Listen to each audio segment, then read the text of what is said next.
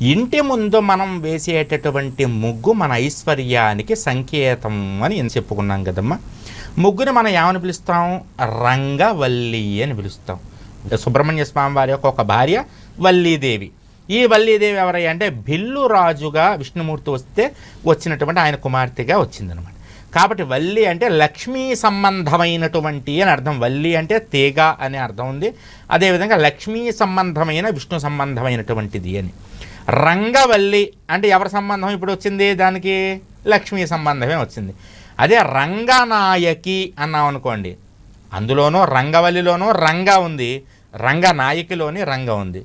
రంగవల్లి అంటే లక్ష్మీప్రదమైన, రంగనాయకి అంటే సరస్వతి ప్రదమైన అని అర్థం అనమాట. కాబట్టి ఈ రంగవల్లి ఇంటి ముందు మనం వేసుకునేటటువంటి ఈ రంగవల్లి ఏదైతే ఉందో దీని విషయంలో ఒక చిన్న జాగ్రత్త కనుక మనం తీసుకున్నామంటే